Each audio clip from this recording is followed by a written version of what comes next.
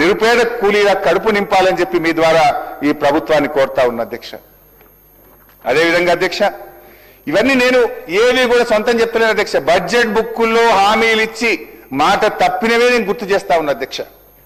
అదేవిధంగా అధ్యక్ష, ఇప్పటిదాకా కూలీల కథలు విన్నాం, రైతుల వ్యధలు విన్నాం, ఈ ప్రభుత్వం కూలీలను రైతుల్ని ఎట్లా మోసం చేసిందో విన్నాం అధ్యక్ష.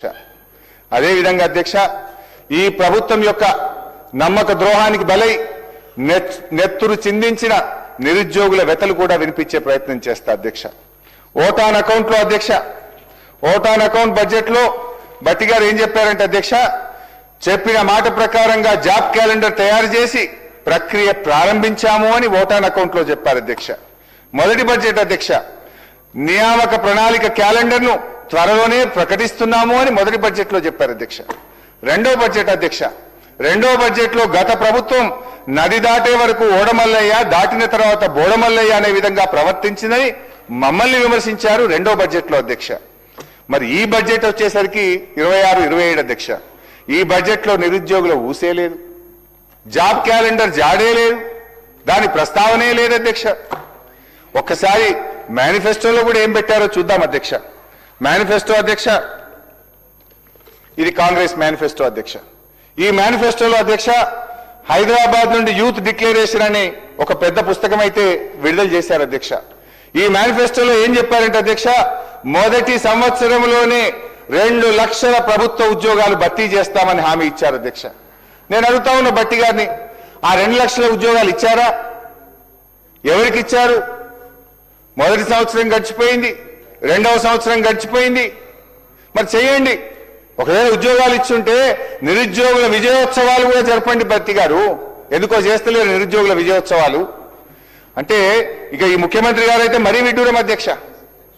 నిరుద్యోగులకు ఉద్యోగాలు ఎక్కువైపోయి ఇక నోటిఫికేషన్లు చాలు అంటున్నారని చెప్పి సెలవిస్తారు ఆయన.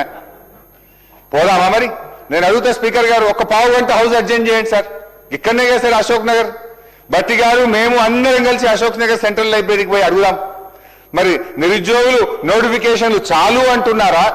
మీరు ఇచ్చిన ఉద్యోగాలతో వాళ్ళు సాటిస్ఫై అయ్యారా? వాళ్ళ మాటలు ఏందో ఒక్కసారి పోయి వినద్దాం. ఎందుకు అధ్యక్ష ఈ రకంగా నిరుద్యోగ యువతి యువకులను వంచిస్తారు అధ్యక్ష?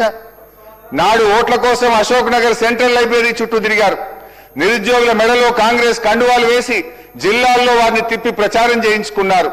ఇప్పుడు అదే అశోక్ నగర్ లో ఉద్యోగాలు అడిగిన విద్యార్థుల వీపులను విమానం మూత మోగిస్తా ఉన్నారు అధ్యక్ష. తలలు పగలగొట్టారు. చివరికి చదువుల తల్లి నివసించే సిటీ సెంట్రల్ లైబ్రరీకి కూడా నెత్తురు మరకలంటించారు అధ్యక్ష.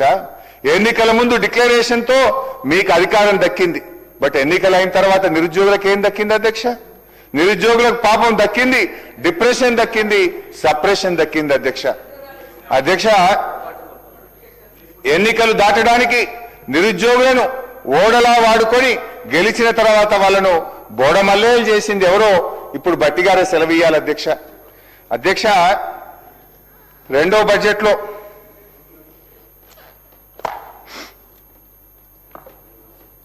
25-26 అధ్యక్ష, రెండో బడ్జెట్లో ఒక మంచి కవిత చదివారు అధ్యక్ష.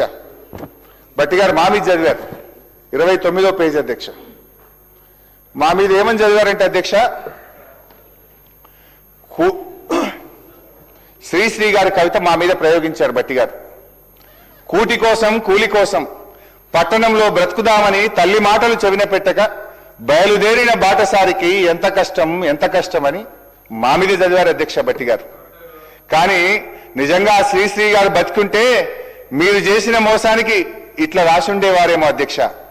రాహుల్ గాంధీ మాటలు నమ్మి, ప్రియాంక గాంధీ భాష నమ్మి కాంగ్రెసు కోటేసిన నిరుద్యోగికి ఎంత కష్టం ఎంత కష్టం.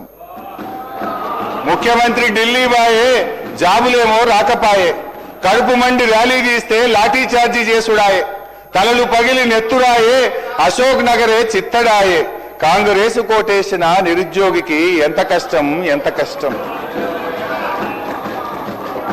భట్టి గారు, సరే ఇప్పుడు నేను ఇప్పుడే ఒక మాట అన్నాను అధ్యక్ష.